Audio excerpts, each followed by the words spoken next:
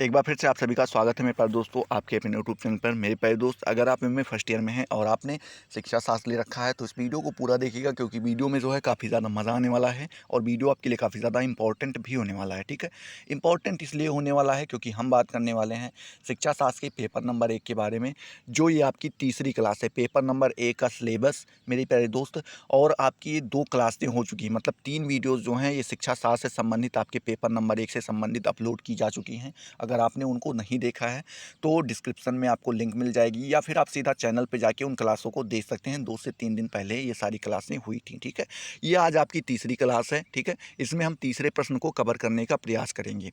तो चलिए देखते हैं प्रश्न आपसे क्या पूछा जाएगा। अच्छा, आप लोगों ने कुछ लोगों ने कमेंट भी किया था, सर क्वेश्चन वाइज क्यों पढ़ा रहे हैं।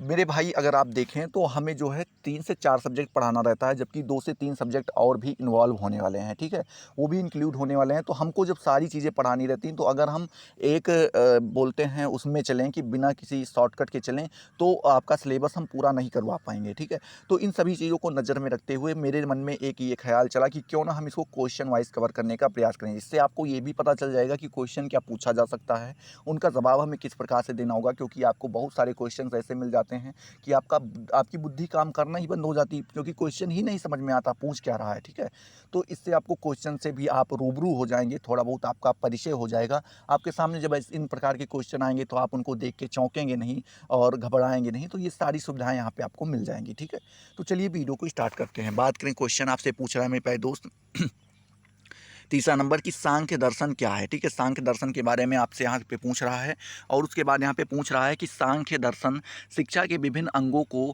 कहाँ तक प्रभावित करता है, इसको क्या करना है, आपको यहाँ पे बताना है। ठीक है, अब मान लीजिए कि थोड़ा अगर और को घुमा के पूछना चाहे, ये तो एक सीधा सा प्रश्न था, तो अगर और घुमा के पूछना चाहे तो वो इस प्रकार से पूछ सकता है कि सांख्य योग के शिक्षा दर्शन को स्पष्ट करते हुए इसके परिप्रेक्ष्य में शिक्षा के उद्देश्य, पाठ्यक्रम, अनुशासन और ज्ञान प्राप्त करने की विधियों का संक्षेप में क्या करना है, आपको उल्लेख करना है। अब मान लीजिए थोड़ा और भी ये घुमाना चाहे तो इस तरीके से पूछ सकता है कि षड दर्शनों में सबसे प्राचीन सांख्य दर्शन माना जाता है, क्या हमारी शिक्षा सांख्य योग दर्शन से प्रभावित है, ये आपको यहाँ पे बताना है। ठीक है, तो ये आपसे 3 प्रकार से यहाँ से देख लीजिए ये क्वेश्चन पूछा गया है, और तीनों का जवाब आपको जो है एक ही वीडियो के अंतर्गत मिल जाएगा, एक ही आंसर के अंतर्गत मिल जाएगा। ठीक है, तो चलिए वीडियो को पूरा देखिएगा। वीडियो को अगर अभी तक आपने लाइक नहीं किया तो लाइक कर लीजिए। कमेंट सेक्शन में ज़रूर बताइए आपका दिन कैसे स्टार्ट हुआ, सब कुछ अपनी बारे में थोड़ा बहुत शेयर किया कीजिए, आपस में बातें चीतें कीजिए। आपका जब एक माहौल बन जाएगा, आपका इस क्लास से एक लगाव सा बन जाएगा, तभी आप इनसे जो है जुड़ पाएंगे। ठीक है, अब मान लीजिए आपने कोई एक वीडियो चलाया, ना आपने लाइक किया ना कमेंट किया, आपने वीडियो देखा, थोड़ी बहुत देर देखा, नींद आ गई, सो गए। ठीक है, फिर आपने वीडियो काट दी, तो आप तो इससे पढ़ नहीं पाएंगे। होगा क्या कि आपका कोई इंटरेस्ट भी नहीं बन पाएगा। लेकिन आप क्या करें, यहाँ पे जो है कमेंट में आइए, कमेंट देखिए, लोग यहाँ पे जो है आपके मित्र सहपाठी लोग कमेंट कर रहे हैं, उनके कमेंट का जवाब दीजिए। कुछ लोग प्रश्न पूछ रहे हैं, तो अगर आपको प्रश्न का जवाब आता है तो आप उनके प्रश्न का जवाब दीजिए। ठीक है, ऐसे आप जब एक इंटरेस्ट धीरे धीरे अपना बनाएंगे इसके प्रति, इस चैनल के प्रति, इस यूट्यूब के प्रति, तो आपका जो है इंटरेस्ट जब बन जाएगा मेरे प्यारे दोस्त, तो आप कितनी भी देर की क्लास एक आनंद के साथ ले सकते हैं। ठीक है, जैसे अभी आप अगर लाइव देख रहे हो तो आप ये समझ पा रहे होंगे कि जैसे आप मान लीजिए कई सारे आपके सहपाठी जो हैं आपके साथ चैट कर रहे होंगे लाइव, तो उनसे आप पूछिए, क्वेश्चन पुट कीजिए, उनसे आंसर लीजिए, उनके क्वेश्चन का जवाब आप दीजिए। तो इस प्रकार से अपना कम्युनिकेशन बढ़ाइए, इससे आपकी जो है बातचीत करने की शैली जो है डेवलप होगी।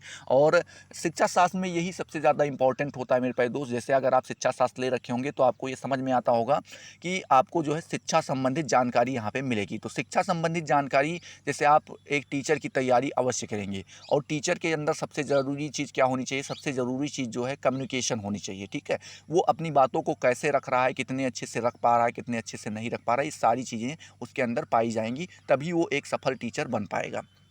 ठीक है, तो चलिए देखते हैं इसका जवाब हमें किन प्रकार से देना होगा। इसका उत्तर आपको कुछ इस प्रकार से देना होगा। पहले हेडिंग आपको डालनी होगी मेरे प्यारे दोस्त, सांख्य योग का शिक्षा दर्शन। क्या डालना होगा मेरे प्यारे दोस्त, सांख्य योग का शिक्षा दर्शन आपको यहाँ पे डालना होगा। इसमें आपको लिखना होगा कि षड दर्शनों में सबसे प्राचीन का मतलब वो सबसे पुराना शाखा कौन सी है, आपकी सांख्य दर्शन मानी जाती है। इसके प्रणेता मतलब होते हैं जनक, तो इसके जनक जो है आपके कपिल मुनि जी माने जाते हैं। सांख्य और योग दर्शनों का विवेचन एक दूसरे दूसरे के पूरक में किया जाता है। मतलब यहाँ पे कह रहे हैं कि ये दोनों एक दूसरे के पूरक हैं। दर्शन के बिना योग के बिना सांख्य अधूरा है और सांख्य के बिना आपका योग अधूरा है। ठीक है, बात करें सांख्य दर्शन में तत्व चिंतन है। ठीक है, क्या है मेरे प्यारे दोस्त, यहाँ पे तत्वों को मुख्य माना गया है, तत्वों को केंद्र माना गया है, सेंटर मान के चला गया है काम। जबकि जो आपका योग दर्शन है ये लक्ष्य प्राप्ति के बारे में आपको बताता है। यहाँ पे आपको वो साधन प्रदान प्राप्त कराता है। ठीक है, वो आपको मार्ग प्रदर्शित करता है, वो आपको निर्देशित करता है। ठीक है, बात करें प्रचलित भाषा में जिसे नास्तिक कहा जाता है। ठीक है, ये कहते हैं कि यहाँ पे प्रचलित भाषा में आप इसे एक नास्तिक का नाम दे सकते हैं। उस अर्थ में सांख्य दर्शन अनीश्वरवादी है। अनीश्वरवादी का मतलब आप समझ सकते होंगे, ये ईश्वर को नहीं मानता है। बात करें सांख्य दर्शन में किसी सृष्टिकर्ता, क्या मेरे प्यारे दोस्त, सांख्य दर्शन में जो है किसी सृष्टिकर्ता ईश्वर की कल्पना नहीं की गई। यहाँ पे कोई ऐसे ईश्वर की बात नहीं की गई है जिसने किसी सृष्टि का निर्माण किया हो। यहाँ पे सब कुछ प्रकृति के ऊपर छोड़ दिया, प्रकृति क्या तत्वों के ऊपर छोड़ दिया जाता है। ठीक है, बात करें अपितु प्रकृति अथवा सृष्टि को स्वयं के स्वतंत्र सत्ता के रूप में स्वीकार किया गया है। यहाँ पे आप देख पा रहे हैं, तो यहाँ पे कह रहे हैं ये लोग कि जो है इसको प्रकृति या फिर कह सकते हैं सृष्टि को स्वयं स्वतंत्र सत्ता, मतलब सृष्टि ही ऐसी है जो स्वयं अपने आप का संचालन वो खुद कर रही है, इसका कोई संचालन करने वाला नहीं है। ठीक है, जो पुरुष अर्थात आत्मा, यहाँ पे पुरुष का मतलब आत्मा से लिया जाएगा। अभी आपको बहुत सारे जगह पे पुरुष पुरुष लिखा मिलेगा, तो पुरुष का मतलब आप वहाँ पे आत्मा से लिखेंगे। तो जो आत्मा के चैतन्य प्रकाश के उद्वेलित होकर सृष्टि की रचना करती है। अब यहाँ पे आपसे कह रहे हैं कि ये क्या करता है, जो आत्मा का चैतन्य प्रकाश है, चैतन्य प्रकाश से उद्वेलित होकर, मतलब यहाँ पे चैतन्य का मतलब सबके समझ रहे होंगे कि जो आत्मा है जब ये क्या होती है कि आपका होश में एक तरीके से कह सकते हैं, तो जब ये आपकी सक्रिय हो सकती है, सक्रिय कह सकते हैं एक अच्छा शब्द, तो ये सक्रियता अपनी दिखाते हुए क्या करती है, ये पूरी सृष्टि की रचना करती है। एक आत्मा से दूसरी आत्मा का जुड़ाव होता है। आप वैसे मान लीजिए, जैसे मान लीजिए कहीं पे विवाह हुआ तो आत्मा से आत्मा मिली तभी कोई चीज़ संभव हो सकता है, शादी विवाह हो सकता है, फिर शादी विवाह होता है, फिर उनसे उनके बच्चे वगैरह होते हैं। तो ऐसे सृष्टि का जो है एक प्रक्रम ये चलता रहता है। बात करें आगे, इसी प्रकार सांख्य दर्शन में आत्मा को किसी सर्वात्मा अथवा ब्रह्मा का अंश नहीं माना जाता है। यहाँ पे कह रहे हैं कि सांख्य दर्शन में ही देखें तो आत्मा को किसी सर्वात्मा या फिर किसी ब्रह्मा का अंश नहीं माना जाता है। यहाँ पे अपितु सभी आत्माओं का स्वतंत्र अस्तित्व स्वीकार किया गया। यहाँ पे माना गया है कि ये हमारी आत्माओं पे किसी का भी कोई भी अंश नहीं है, कि किसी भी चीज़ का अंश नहीं है, एक स्वतंत्र है। हमारी आत्माएं क्या हैं, ये स्वतंत्र हैं। इस पे ये ना तो किसी चीज़ का अंश है, ना इस पे किसी का अधिकार है। इस प्रकार सांख्य दर्शन द्वैत दर्शन कहा जाता है। ये क्या कहा जाता है मेरे प्यारे दोस्त, द्वैत दर्शन कहा जाता है, क्योंकि इसमें दो स्वतंत्र सत्ताओं को स्वीकार किया गया है। पहली कौन सी, पुरुष मतलब आत्मा, तथा दूसरी प्रकृति, और उन्होंने एक दूसरे का पूरक माना गया है। मतलब उन्हें एक दूसरे का क्या माना गया है, पूरक माना गया है। तो इसे द्वैत दर्शन क्यों कहा जाता है। जैसे आपसे पूछ ले कि सांख्य दर्शन को, अति लघु उत्तरीय में आ जाए कि सांख्य दर्शन को द्वैत दर्शन क्यों माना जाता है, तो आप बता सकते हैं क्योंकि इसमें जो है दो स्वतंत्र सत्ताओं को स्वीकार किया गया। पहली कौन सी,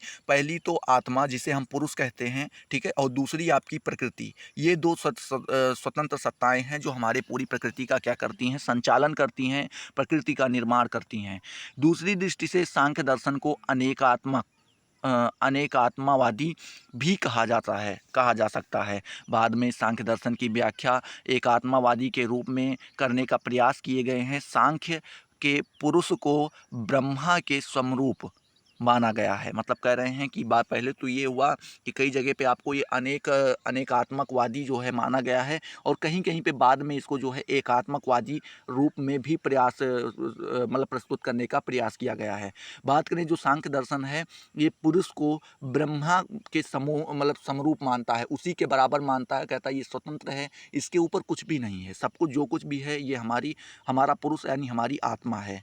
तथा प्रकृति को माया के रूप में देखने का प्रयत्न किया गया है। यहाँ पे बताते हैं जो प्रकृति है ये क्या है, माया है। परंतु मौलिक रूप से सांख्य विचारधारा, क्या मेरे प्यारे दोस्त, जो आपका सांख्य है ये विचारधारा द्वैतवादी है। यहाँ हम सांख्य दर्शन में निहित शिक्षा संबंधित विचारों का अध्ययन करेंगे। ठीक है, तो कह रहे हैं कि अगर हम देखें मौलिक रूप से तो ये कह सकते हैं कि जो सांख्य विचारधारा ये कौन सा है, ये द्वैतवादी है। और इसके अंतर्गत जो है हम क्या करेंगे, सांख्य दर्शन में जो निहित शिक्षा संबंधित विचार हैं हम उनको पढ़ने का प्रयास करेंगे। तो आपकी दूसरी हेडिंग यहाँ पे क्या होगी, सांख्य की छात्र संकल्पना तथा बाल विकास। यहाँ पे कह रहे हैं कि जो सांख्य के अंदर हमारे छात्रों के ऊपर कौन सी कल्पना की गई कि हमारे छात्र किस प्रकार से होने चाहिए और इनका डेवलपमेंट कैसे होना चाहिए, बाल विकास के बारे में। तो इनका डेवलपमेंट कैसे होना चाहिए, इनके बारे में हम यहाँ पे क्या करेंगे, चर्चा करेंगे और पढ़ेंगे, देखेंगे। बात करें सांख्य दर्शन का सबसे प्रमुख योगदान सृष्टि विकास का सिद्धांत है। यहाँ पे जो कह रहे हैं कि सांख्य दर्शन में सबसे प्रमुख योगदान क्या है, सृष्टि विकास का जो सिद्धांत है ये सबसे ज़्यादा योगदान माना जाता है, जिसकी सामान्य व्याख्या से परे अनेक व्याख्या हो सकती है। मतलब कह रहे हैं इसकी कोई एक व्याख्या सामान्य रूप से नहीं की जा सकती है, जितने भी लोग आते हैं सब अलग अलग इसकी व्याख्या करते हैं।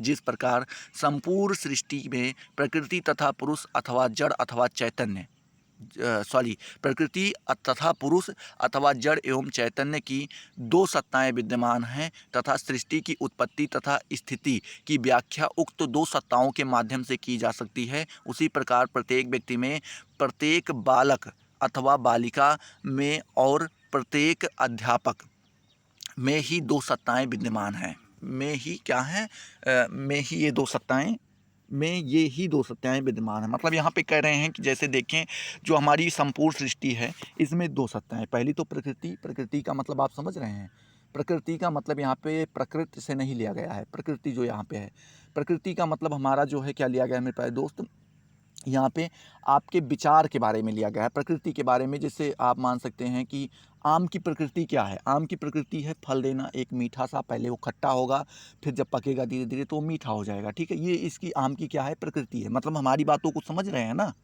जैसे हम यहाँ पे कहने का मतलब ये है कि आप मान लीजिए आपकी प्रकृति क्या है, अगर मैं पूछूं कि आपकी प्रकृति क्या है, तो प्रकृति यहाँ पे वो बाहरी उन चीज़ों से नहीं लिया गया।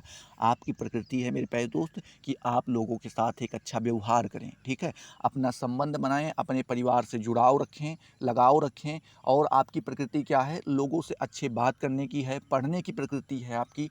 और ऐसे ही कुछ लोग होते हैं जिनकी उद्दंडता की प्रकृति होती है। इस प्रकार से आप समझ सकते हैं यहाँ पे प्रकृति का मतलब वो लिया गया है। ठीक है, और दूसरा यहाँ पे पुरुष जिसका मतलब आत्मा होता है, यहाँ पे पहले ही बता दिया गया। तो यहाँ पे बता रहे हैं कि दो शक्तियाँ काम करती हैं।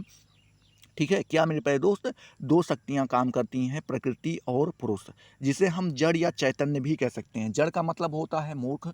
मूर्ख यहाँ पे आप ले सकते हैं कि जड़ का मतलब कोई चीज़ जो एकदम ठहर सा गया हो, जो एक फिक्स हो, बस ये यही रहेगा। और दूसरा चैतन्य मतलब होता है जो अलग अलग अपनी इच्छाएं प्रकट करता हो। चैतन्य का मतलब आप समझ सकते हैं कि उसकी प्रकृति परिवर्तित होती रहती हो, एक तरीके से कह सकते हैं। ठीक है, मतलब वो फिक्स नहीं है। एक जड़ का मतलब जो फिक्स है और चैतन्य का मतलब जो फिक्स नहीं है। तो यहाँ पे कह रहे हैं ये दो सत्ताएं क्या हैं, सत्ताएं विद्यमान हैं। और यही दो सत्ताएं जो हैं हमारे देखें तो बालक बालिका अथवा अध्यापक के अंदर जो है ये दो सत्ताएं भी विद्यमान होती हैं। आगे बात करें तो सांख्य दर्शन द्वारा प्रतिपादित सृष्टि विकास का सिद्धांत क्या मेरे प्यारे दोस्त, जो सांख्य दर्शन है, एक मिनट,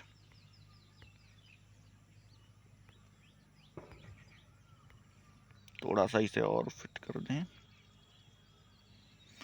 वीडियो समझ में आ रहा है आप लोगों को, कमेंट करिए फटाफट, हैं, लाइक भी करते रहिए, अपने दोस्तों के साथ शेयर भी करते रहिए। हाँ, तो आगे आपसे कह रहा है कि सांख्य द्वारा प्रतिपादित, क्या मेरे प्यारे दोस्त, जो सांख्य है इसके द्वारा प्रतिपादित सृष्टि विकास का सिद्धांत बाल विकास की दृष्टि से समझने का प्रयत्न निम्नांकित पंक्तियों में किया जाएगा। निम्नांकित आलेख में बाल विकास की अवस्थाओं का संक्षेप में प्रदर्शित किया गया है। यहाँ पे बता रहे हैं कि कुछ चीज़ें हैं जो यहाँ पे हमें बताई गई हैं। तो पहला हम देखते हैं यहाँ पे आपसे पुरुष के बारे में यहाँ पे बात किया गया है। पुरुष का मतलब आप समझ रहे हैं ना, आत्मा के बारे में। तो पुरुष के यहाँ पे तीन भाग बताए गए हैं। पहले तो यहाँ पे प्रकृति के बारे में बात की गई है कि जो आत्मा होती है उसकी प्रकृति क्या होगी। ठीक है, जैसे पेड़ की प्रकृति क्या है, छांव देना, फल देना। ठीक है, सभी पेड़ों की प्रकृति नहीं लेकिन कुछ पेड़ों की तो है ही। ऐसे ही मनुष्य की प्रकृति क्या है, आपस में व्यवहार बना के रखना, एक दूसरों की सहायता करना, मदद करना। दूसरा यहाँ पे पुरुष के अंदर जो है, आत्मा के अंदर बुद्धि पाई जाती है। दूसरी क्या चीज़ पाई जाती है, बुद्धि। बुद्धि का मतलब ये हुआ कि आप कह सकते हैं बुद्धि का मतलब यहाँ से ले सकते हैं कि आपको कोई चीज़ करना है, ये आपको पता है, लेकिन वो चीज़ें क्यों करनी है और कैसे करनी है, वो हमारी बुद्धि और विवेक का काम होता है। ठीक है, बुद्धि और विवेक में भी फ़र्क होता है। बात करें कि जैसे आपको ये पता है कि मुझे जो है धान की रोपाई करवानी है, ठीक है, तो ये आपकी बुद्धि है। अब धान की रोपाई कैसी होगी, कैसे करवाई जाएगी, ये आपका विवेक है। समझ पा रहे हैं ना? काम क्या होना है, ये ध्यान रखने वाली आपकी बुद्धि है, और काम कैसे होना है, ये चीज़ें बताने वाला आपका विवेक है। तो बुद्धि आप यहाँ पे बात की जा रही है कि हमें किन किन चीज़ों को करना है, ये हमारी चीज़ें क्या होती बुद्धि। तो यहाँ पे आपको पहली तो प्रकृति आपकी कैसी है, ये यहाँ पे ध्यान में रखा जाता है पुरुष के अंतर्गत। दूसरी आपकी बुद्धि क्या है, ठीक है, आप किन किन चीज़ों के ऊपर अपना, आपका मेन लक्ष्य क्या है, गोल आपका क्या है, ये चीज़ें जो आपकी आती हैं ये बुद्धि में आती हैं। तीसरा यहाँ पे अहंकार की बात की गई है, ठीक है। अहंकार के भी कई भाग बांटे गए हैं, यहाँ पे 4 भाग बताए गए हैं। पहला तो मन बताया गया है, ठीक है। अहंकार के अंतर्गत जो कौन सी बातें आती हैं, पहला मन आता है, दूसरा ज्ञानेंद्रियाँ आती हैं। मन के बारे में जानते हैं, ज्ञानेंद्रियों के बारे में जानिए। ज्ञानेंद्रिया का मतलब होता है जो हमारी क्या करती हैं, ज्ञान के बारे में हमें बताती हैं, ठीक है। बात करें दूसरा, हमारी कर्मेंद्रियां हैं जो हमारे कर्म करवाती हैं, और आपकी अगली कौन सी हैं, तन मात्राएँ हैं, ठीक है। ये हमें जो है इन किसी चीज़ के बारे में अनुभूति कराती हैं। जैसे कि मान लीजिए आपने आम खाया, तो आपको कैसे पता चला कि ये मीठा है, तो ये आपका जो है स्वाद जो है आपकी कहाँ से मिलता है, तन तन्मात्रा संतान सॉरी तन्मात्राएँ से पता चलता है, ठीक है। कर्मेंद्रियाँ आपकी क्या करती हैं, आपकी जो है काम कराती हैं, जैसे काम करने का एक तरीके से समझ सकती हैं अंग हैं, ठीक है, या साधन है। जैसे आपका हाथ हुआ, पैर हुआ, कोई भी आपका, जैसे मैं वीडियो बना रहा हूँ तो हाथ का प्रयोग कर रहा हूँ, अपने मुख का प्रयोग कर रहा हूँ, तो ये हमारी क्या हैं, कर्मेंद्रियाँ हैं। ज्ञानेंद्रियाँ हैं, जैसे हम किन्हीं चीज़ों को जब जानने का प्रयास करते हैं, ठीक है। ज्ञानेंद्रियाँ जैसे मान लीजिए कि स्किन हमारी क्या है, ज्ञानेंद्रियाँ हैं। आँख हमारी, जैसे कोई चीज़ जब हम देख के अपने अंदर ज्ञान प्राप्त कर लेते हैं, आपने किसी चीज़ को छुआ, वो जल गए, तो आपको पता चला अरे भाई साहब ये जल गए, तो आपकी क्या हो गई, ज्ञानेंद्रियाँ हो गई। अभी यहाँ पे आपकी जो है बात की जाए लगे कि आपने देखा कि जो है वहाँ से जो है कोई गाड़ी स्पीड में आ रही, तो आपने आँखों से देखा ना, तो आपको ज्ञान हुआ कि इससे हम लड़ेंगे तो मर भी सकते हैं। तो आपको जहाँ से ज्ञान प्राप्त हो वो ज्ञानेंद्रियाँ होती, आँख हुआ, स्किन हुआ, कान हुआ, ये सारी चीज़ें जो होती हैं ये आपकी ज्ञानेंद्रियाँ होती हैं, ठीक है। बात करें मन के बारे में, तो मन आप समझ ही रहे हैं, आपके पास भी मन है। तो अब देखते हैं कर्मेंद्रियों के भी कई सारे चीज़ें बताई गई हैं, कई भाग बताए गए हैं। जैसे पहला यहाँ पे बताया गया, कर्मेंद्रियाँ हमारी क्या हैं, मुख। मुख जो हैं ये कार्य करती हैं। मुख हमारे कई कार्य होते हैं। पहला तो बोलने का काम होता है, जो अभी मैं कर रहा हूँ। दूसरा खाने का काम होता है। दूसरा यहाँ पे बताया गया है हाथ। हाथ से तो भी ये भाई मल्टी टैलेंटेड है, ये कुछ भी कर सकता है। तीसरा पैर, ये हमारे चलने का काम करता है, उठने बैठने का काम करता है, ठीक है। बात करें यहाँ पे मलनिकासनेंद्रिया, मतलब यहाँ पे कह रहे हैं, जैसे आप समझ पा रहे होंगे कि जहाँ से हम मल त्याग करते हैं, लेटरिन वगैरह का जो होता है, वो हमारी क्या है, ये आपकी चौथी आपकी कर्मेंद्री है। और प्रजनेंद्रिया का मतलब आप समझ रहे हैं यहाँ पे, जैसे एक स्त्री पुरुष जब संपर्क में आते हैं, जो संबंध बनाते हैं, तो उनको जो है प्रजनेंद्रियों के नाम से जाना जाता है यहाँ पे। क्योंकि अब क्लास है, आप लोग मैच्योर भी हैं, तो इन सारी चीज़ों को अच्छे से समझ पा रहे होंगे, ठीक है। चलिए, ज़्यादा वो होना, ओपन होना, तो ये एक अभद्रता हो जाएगा, ठीक है। बात करें, यहाँ पे बताया गया है, देखिए ज्ञानेंद्रियों के बारे में भी यहाँ पे बताया गया है। सॉरी, हमने ध्यान नहीं दिया। ये देखिए यहाँ पे इसके भी कुछ पार्ट बताए गए हैं, ये देखिए, ठीक है। स्रोत, त्वक, चक्षु, रसान, घ्राण, ठीक है। स्रोत का मतलब कान ले लिया गया है, शायद मैं अपने हिसाब से बता रहा हूँ, एकदम शायद नहीं पता है। चक्षु का मतलब यहाँ पे आँख से लिया गया है। रसान का मतलब हमारी जीभ से लिया गया है। त्वक का मतलब शायद त्वचा से लिया गया है। और जो आपके घ्राण हैं, घ्राण का मतलब जो है किससे लिया गया है, ये आपके घ्राण घ्राण चलिए अभी जो है याद आएगा तो बताएंगे इसको थोड़ा सा, हैं, क्योंकि उतना। अब बात करते हैं हम तन्मात्राएँ के बारे में। किसके बारे में प्यारे दोस्त, तन्मात्राओं के बारे में बात करते हैं। तन्मात्राएँ हमारी कौन सी हैं, तो पहला तो हमारा शब्द है, ठीक है।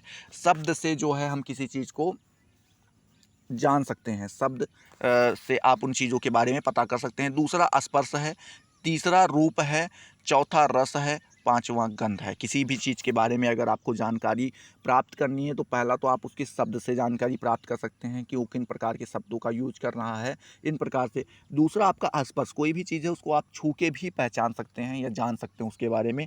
तीसरा, आपका रूप, किसी भी चीज़ का अगर आप देखें तो उसका एक रूप होता है और उस रूप को आप जब देखते हैं तो वो सारी चीज़ें आपको याद आ जाती हैं। ठीक है, ठीक है। तो जैसे आप मान लीजिए किसी को आपने देखा तो आपके मन में एक वो इमेजिन बन जाता होगा आपके अंदर, उसकी आपकी जो है आपके अंदर जो है छवि बन जाती होगी। जैसे आप कई सारी चीज़ें होते होंगे, आप उनका हल्का सा क्लू भी पा जाते होंगे तो आपको लगता होगा हाँ बस ये यही चीज़ है, क्योंकि आपने उन चीज़ों को पहले से देख रखा, उसकी एक रूप है। ठीक है, किसी चीज़ के बारे में अगर आपको जानना है तो उसके रस से भी जान सकते हैं। रस का मतलब आप समझ रहे हैं ना, गंध से भी किसी चीज़ के बारे में पता किया जा सकता है। तो ये आपकी क्या है, आपकी तन्मात्राएँ हैं। बात करें आपके पंचमहाभूतों के बारे में भी यहाँ पे बात किया गया है। पंचमहाभूत, पहला आपका आकाश लिया गया है, दूसरा वायु लिया गया है, तीसरा तेजस, जल और पृथ्वी। ठीक है, यहाँ पे ये पंचमहाभूतों के बारे में बात किया गया है। ये आपको पहले ही से पता था पंचमहाभूत के बारे में, आकाश, अग्नि, जल, वायु, पृथ्वी, जल, ये सारी चीज़ें जो होती हैं क्या हैं, आपके पंचमहाभूत आते हैं। बात करें आगे देखें तो आगे हम कह सकते हैं कि सांख्य दर्शन मध्यम मार्ग प्रस्तुत करता है। कौन सा मार्ग प्रस्तुत करता है मेरे प्यारे दोस्त? तो ये मध्यम मार्ग प्रस्तुत करता है। केवल आत्मा बिना शरीर की सहायता के अपने आप को अभिव्यक्त नहीं कर सकती है। मतलब कह रहे हैं जो सांख्य दर्शन है इसके माध्यम से मार्ग प्रस्तुत करता है, और अगर आत्मा के बिना देखें तो जो शरीर की सहायता से अपने आप को अभिव्यक्त नहीं कर सकती। अगर आपके शरीर के अंदर आत्माएं नहीं हैं, आत्मा नहीं, तो आप अपनी आत्मा नहीं तो मतलब सब कुछ खत्म है, समझ रहे हैं ना। तो यहाँ पे वही चीज़ें कह रहे हैं कि अगर आत्मा नहीं है तो आप अपनी अभिव्यक्ति को प्रस्तुत नहीं कर सकते हैं, किसी के सामने अभिव्यक्त नहीं कर सकते हैं कोई बात, ठीक है, मतलब अपनी बातों को नहीं रख सकते हैं। अब आत्मा नहीं तो आप सीधे पड़े हैं, कोई मतलब नहीं बनता है। बिना शरीर के आत्मा पंगु है तथा निष्क्रिय है। मतलब कह रहे हैं अगर शरीर नहीं है तो आत्मा पंगु है, उसके पास मतलब बिल्कुल बेकार आत्मा है। जैसे आपने सुना होगा बहुत सारी चीज़ें कि आत्माएं होती हैं, मरने के बाद भी आत्माएं भटका करती हैं। भूत प्रेत के बारे में सुना होगा। तो अगर मानिए तो आप बचपन में जब रहे होंगे तो आपको भूत वगैरह से बहुत डर लगता होगा, लेकिन अब देखिए तो भूत से हम लोग ज़्यादा बलिष्ठ होते हैं, ठीक है, हमारे पास ज़्यादा बल होता है, क्योंकि जो एक भूत है, भूत आत्मा को हम ले सकते हैं। मान लीजिए पहली बात तो ये सारी चीज़ें होती नहीं हैं, ठीक है, होती भी है अगर मान लीजिए कहीं पे किसी की विचारधारा है तो मान के चलिए आप ये कि अगर होती, अगर आप ये चीज़ मानते हैं तो ये आप ध्यान में रखिए कि आप उनसे ज़्यादा ताकतवर हैं। कैसे ज़्यादा ताकतवर हैं? उनके पास केवल आत्मा है और आपके पास आत्मा प्लस शरीर है, जो कि उनके पास नहीं है, ठीक है। तो आप जब निर्बल हो जाएंगी, आपकी आत्मा डर जाएगी, तो अब जो आत्मा मान लीजिए बाहर निकल गई, अगर एक लॉजिकली समझें तो किसी की आत्मा है वो निकल गई है बाहर, अब वो भटक रही है, क्योंकि साइंस भी यही कहता है और हमारा शास्त्र भी यही कहता है कि वो एक है नहीं कि ऊर्जा को कभी ना नष्ट किया जा सकता है, ना अग्नि इसको जला सकती है, ना हवा इसको उड़ा सकती है, ना पानी इसको गला सकती है। ये इसको केवल एक रूप से दूसरे रूप में परिवर्तित किया जा सकता है। अब मान लीजिए कि जो है एक प्रकृति का नियम है, प्रकृति का नियम है कि हर आदमी का जो है जन्म होता है और उसका एक टाइम होता है, उसके बाद वो इस प्रकृति को छोड़ के चला जाता है, इस धरती को छोड़ के चला जाता है, उसकी आत्मा जो है उस शरीर से मुक्ति पा जाती है।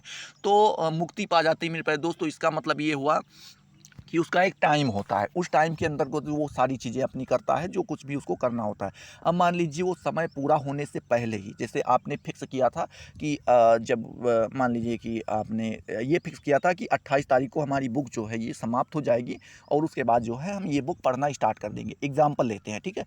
अब आपने 28 तारीख का डेट रखा था, पता चला आपकी बुक जो है 24 तारीख को ही वो पूरा आपने पढ़ के ख़त्म कर दिया, तो अब क्या 4 दिन आप घूमे टहलेंगे? नहीं, क्या करेंगे आप? सॉरी, आप तो ये करेंगे कि आपने 28 का लक्ष्य रखा था ना, तो आप क्या करेंगे, 4 दिन का आपको मौका मिल गया तो आप बीच में जो कुछ भी करना होगा वो आप कर सकते हैं, टहल घूम सकते हैं, अपना काम निपटा सकते हैं। और अगर आपको कोई काम नहीं तो आप डायरेक्ट बुक भी खोल सकते हैं। लेकिन लॉजिकल ये देखें तो यही कह सकते हैं कि 28 को आपने कहा था तो 28 को ही आप शुरू करेंगे, ठीक है। तो वैसे आत्मा होती है, अब इसका एक डेट फिक्स होता है, अब वो उसी तारीख को जाना होता है। लेकिन कभी कभी ऐसा होता है कि आदमी मान लीजिए एक्सीडेंट वगैरह में कई ऐसी जगह पे होता है कि वो ख़त्म हो जाता है, ठीक है। तो अभी उसका समय पूरा नहीं हुआ था, अपने सारे कर्मों का उसका हिसाब नहीं हुआ था, वो वहाँ पे क्या हो गया बेचारा, यहाँ से निकल पड़ा। तो अभी उसकी आत्मा क्या करेगी, जब तक कि उसका अगला अपॉइंटमेंट नहीं होगा तब तक वो क्या करती रहती है, हमारे आसपास ही घूमती रहती हैं। हमारे आसपास बहुत सारी ऊर्जाएं हैं जो घूमती रहती हैं। अब वो क्या करती हैं, वो दूसरा शरीर वो मतलब शरीर में घुसने का प्रयास करती हैं। तो वो क्या करेंगी, आपको डिस्टर्ब करने का प्रयास करेंगी। आप डर गए, आपकी आत्मा डर गई, वो जहाँ पे थोड़ा बहुत भी निर्बल हुई वहाँ पे इसका अटैक हो जाता है। और ये सारी चीज़ें, अगर आप नहीं डरे तो वहीं पे कुछ भी नहीं होता है। ठीक है, तो ये सारी चीज़ें होती हैं। तो ये कि कल्पना मात्र है, मेरा मानना ये है, ऐसा कुछ होता नहीं। लेकिन जो लोग मानते हैं तो भाई मानो, अपने हिसाब से अपनी अपनी विचारधारा स्वयं रखो, किसी के कहने पे कोई चीज़ ना चला करो। ठीक है, चलिए बात करें दूसरी ओर। आत्मा के प्रकाश में प्रकाश से रहित शरीर अंधे के समान है। मतलब कह रहे हैं कि दूसरी ओर देखें तो जो आत्मा का प्रकाश अगर शरीर में नहीं है तो वो क्या है, एक अंधे के समान है। जब शरीर में आत्मा ही नहीं है, प्रकाश ही नहीं है, आत्मा एक प्रकाश ही है, अगर वो नहीं है तो शरीर क्या है, बेकार है। जीवन में परिपूर्णता लाने के लिए शरीर एवं आत्मा दोनों के बीच सहयोग आवश्यक है। मतलब कह रहे हैं कि अगर जीवन में परिपूर्णता लाना चाहते हो, पूरा शरीर परफेक्ट शरीर चाहते हो, तो उसके लिए आत्मा और शरीर दोनों के बीच क्या होना चाहिए, सहयोग होना चाहिए। एक दूसरे के ऊपर आश्रित होने चाहिए और एक दूसरे की मदद करनी चाहिए। बात करें सांख्य दर्शन के अनुसार छात्र का शारीरिक, क्या मेरे प्यारे दोस्त, सांख्य दर्शन के अनुसार कह रहे हैं जो छात्र का शारीरिक है तन्मात्राओं के से बना कर्मेंद्रियों व ज्ञानेंद्रियों का ढांचा। मतलब कह रहे हैं जो तान मात्राओं से बना हुआ है कर्मेंद्रियों और ज्ञानेंद्रियों का ढांचा मानसिक, ठीक है, व्यक्ति सत्तात्मक, बौद्धिक तथा आध्यात्मिक विकास करना शिक्षा का महत्वपूर्ण लक्ष्य है। बात करें शिक्षा का उद्देश्य क्या है, यहाँ पे हम देखेंगे शिक्षा के उद्देश्य के बारे में। ठीक है, अभी आपका जो है शिक्षा के उद्देश्य के बारे में यहाँ पे देख लेते हैं। एम ऑफ एजुकेशन, सांख्य दर्शन के अनुसार शिक्षा के उद्देश्य को हम दो भागों में बांट सकते हैं। कितने भागों में, दो भागों में। पहला आपका है परमार्थिक, ठीक है, और दूसरा लौकिक। परमार्थिक और लौकिक दो उद्देश्य हैं इसके। पहला देखते हैं यहाँ पे कि सभी अन्य दर्शनों के समान सांख्य दर्शन भी शिक्षा का अन्य सॉरी प्रोनाउंसिएशन में फिर दिक्कत होगी, लेकिन देखते हैं। अन्य, अरे आप देख लीजिएगा, ठीक है, परमार्थिक उद्देश्य से मुक्ति को मानता है। ठीक है, मतलब यहाँ पे कह रहे हैं कि वो क्या करता है कि परमार्थिक उद्देश्य जो कहता है कि इसमें जो है इसका जब आपको ज्ञान हो जाएगा तो आप क्या हो जाएंगे, मुक्ति पा जाएंगे। इस पृथ्वी पे आने जाने से आपको जो है इन सारी चीज़ों से छुटकारा मिल जाएगा। आपका जो है यहाँ से मुक्ति आप कह सकते हैं प्राप्त हो जाएगा, मोक्ष प्राप्त हो जाएगा। शिक्षा का काम मनुष्य को अविद्या से तथा अज्ञान से मुक्त करवाना है। मतलब कह रहे हैं जो शिक्षा का कार्य होता है, इसका कार्य यही होता है कि जो मनुष्य अविद्या है, जिसके पास ज्ञान नहीं है, उसको क्या करे, ज्ञान युक्त बनाए, उसके अंदर ज्ञान का भंडारण करे। ठीक है, आगे बात करें सांख्य दर्शन के अनुसार यह सृष्टि अथवा उसका लघु रूप है। लघु रूप, एक मिनट, कह रहे हैं कि सांख्य दर्शन के अनुसार बात करें तो जो यह सृष्टि अथवा इसका लघु रूप, यह शरीर तीन तत्वों से बना है। कौन कौन से, पहला तो है जिन्हें सत्व, रजस और तमस कहते हैं। ठीक है, क्या कहते हैं, सत्व, रजस और तमस, ये तीन गुण बताए गए हैं। ये शरीर को प्रभावित करता है। सांख्य ने अविद्या से उत्पन्न तीन प्रकार के दुख का वर्णन किया है। ठीक है, मतलब कह रहे हैं जो सांख्य दर्शन है इसमें बताया गया है कि जिस मनुष्य के पास विद्या नहीं होती है, यहाँ पे बताया गया है कि जिस मनुष्य के पास विद्या नहीं होती, उसको जो है तीन प्रकार के दुखों का सामना करना पड़ता है। पहला प्रकार का जो दुख है वो है आध्यात्मिक दुख है। ठीक है, दूसरा यहाँ पे दुख जो है अधिभौतिक है और अधिभौतिक है, तथा तीसरा जो गुण है वो कौन सा है, अधिदैविक दुख है। ठीक है, जो बाह्य लौकिक कारणों से उत्पन्न होता है। मतलब यहाँ पे कह रहे हैं कि पहला तो आपको आध्यात्मिक दुख झेलना पड़ेगा। आपके पास ज्ञान नहीं है तो आध्यात्मिकता से आप उतने अच्छे से जुड़ नहीं पाएंगे, आपको ये सारी चीज़ें बेकार लगेंगी और आप इनसे लड़ने का प्रयास करेंगे। दूसरा यहाँ पे बताया गया अधिभौतिक से, यहाँ पे बहुत सारी ऐसी चीज़ें होती हैं, घटनाएं होती हैं जिनके बारे में आपको मालूम नहीं होता है। अगर आपको ज्ञान हो तो उन सारी चीज़ों के बारे में मालूम हो जाएगा। तो जब जिन चीज़ों के बारे में आपको मालूम नहीं होता तो उससे आपको ज़्यादा पीड़ा उत्पन्न होती है। अधिदैविक दुख के बारे में भी यहाँ पे ऐसे ही बात की गई है। ठीक है, बात करें जैसे यहाँ पे कुछ आपको दिया गया है कि अतिवृष्टि, भूकंप आदि। अब मान लीजिए भूकंप आया, ठीक है, क्या आया मेरे प्यारे दोस्त, भूकंप आया। तो यहाँ पे कह रहे हैं कि भूकंप आया और आपको भूकंप के बारे में नॉलेज ही नहीं है, भूकंप से कैसे बचा जाए, क्या उपाय करने चाहिए, सारी चीज़ें नहीं मालूम है, तो आपको दुख पर की प्राप्ति होगी। तो इसीलिए शिक्षा प्राप्त करना काफ़ी आवश्यक होता है। इन दुखों से छुटकारा पाना ही मुक्ति है। मतलब कह रहे हैं ये सारे दुखों से जब आप छुटकारा पा जाएँ वही क्या कहा जाता है, मुक्ति कहा जाता है। और शिक्षा का उद्देश्य व्यक्ति को इन दुखों से छुटकारा पाने के लिए ज्ञान प्रदान करना है। और कह रहे हैं जो शिक्षा का उद्देश्य है उसका उद्देश्य यही है कि आपको जो है किससे मेरे प्यारे दोस्त, दुखों से छुटकारा पाने के लिए ज्ञान प्रदान किया जाए, ठीक है। क्योंकि सभी दुखों का कारण हमारा अज्ञान है। मतलब कह रहे हैं क्योंकि सभी दुख जो हैं उनका कारण क्या है, हमारा अज्ञान है, जिससे हमें ज्ञान नहीं है। दूसरा यहाँ पे बताया गया है लौकिक दृष्टि से देखें, लौकिक ज्ञान के बारे में भी बताया गया था ना। शिक्षा के उद्देश्य दो बताए गए थे, पहला तो आपको बता दिया, दूसरा आपका लौकिक था, ठीक है। इसमें कहा गया है दृष्टि से बालक का शरीर ज्ञानेंद्रिय एवं कर्मेंद्रिय की तन्मात्राओं की बनी हुई संरचना जिसका विकास करना शिक्षा का लौकिक उद्देश्य है। मतलब कह रहे हैं कर्मेंद्रियों और ज्ञानेंद्रियों से बना हुआ जो हमारा की तन्मात्राओं से बना हुआ, ठीक है, जो कर्मेंद्रियां हैं ज्ञानेंद्रियां हैं, इनकी जो तन्मात्राओं से बना हुआ हमारा शरीर है, इसका ही विकास करना, डेवलप करना क्या होता है, लौकिक शिक्षा का उद्देश्य होता है। बात करें संक्षेप में, शारीरिक मानसिक व्यक्ति सत्तात्मक एवं बौद्धिक विकास, जिसे आधुनिक शिक्षा शास्त्र में सर्वांगीण विकास कहते हैं, सांख्य दर्शन के अनुसार भी शिक्षा का लौकिक उद्देश्य कहा जा सकता है, ठीक है। क्या कहा जा सकता है, लौकिक शिक्षा का उद्देश्य कहा जा सकता है। तो आई होप ये सारी चीज़ें आपको क्लियर हुई होंगी, क्योंकि वीडियो आपका जो है 30 मिनट हो चुका है और ज़्यादा देर पढ़ाएंगे तो हो सकता है आपका इंटरेस्ट भी ना बन पाए। व्यवस्था कर रहे हैं, अगर जो है देखते हैं बोर्ड वगैरह की, इन सारी चीज़ों की, अपने सेटअप की, क्योंकि इसमें जो है बीच में स्टार्ट तो हुआ था काम, लेकिन फिर रुक गया, काफ़ी समय तक रुका रहा। अब फिर स्टार्टिंग हो रही है, अगर हो जाएगी तो आपको जो है प्रत्यक्ष रूप से आने का प्रयास करेंगे और इन चीज़ों को और अच्छे से सुलझाने का प्रयास करेंगे, ठीक है। तो अभी इतने से ही काम चलाइए, देखते हैं बाकी आगे क्या होता है, ऊपर वाले के हाथ में होता है। वो एक कहावत है कि आपन सोचा ना होए हरि सोचा तत्काल। आप कितना भी किसी चीज़ के बारे में सोचें, वो नहीं होता है, और जब ऊपर वाला सोचता है जिन चीज़ों को, वो तुरंत तत्कालित उसी समय, उसी वक्त, उसी पल वो सारी चीज़ें घटित हो जाती हैं और आपका उनके ऊपर कोई भी बस नहीं होता है, ठीक है। तो चलिए जो है, अगर वीडियो आपको पसंद आया तो वीडियो को लाइक कर दो, कमेंट सेक्शन में ज़रूर बताओ अगर आपके अंदर कोई भी प्रश्न उठ रहा है। और मिलते हैं अगले वीडियो में नए जोश नए टॉपिक के साथ। नए टॉपिक क्या, यही टॉपिक रहेगा आपका, और इसी चीज़ को आगे बढ़ाएंगे। और ठीक है, चलिए तो फिर अगले वीडियो में मिलते हैं, तब तक के लिए जय हिंद जय भारत।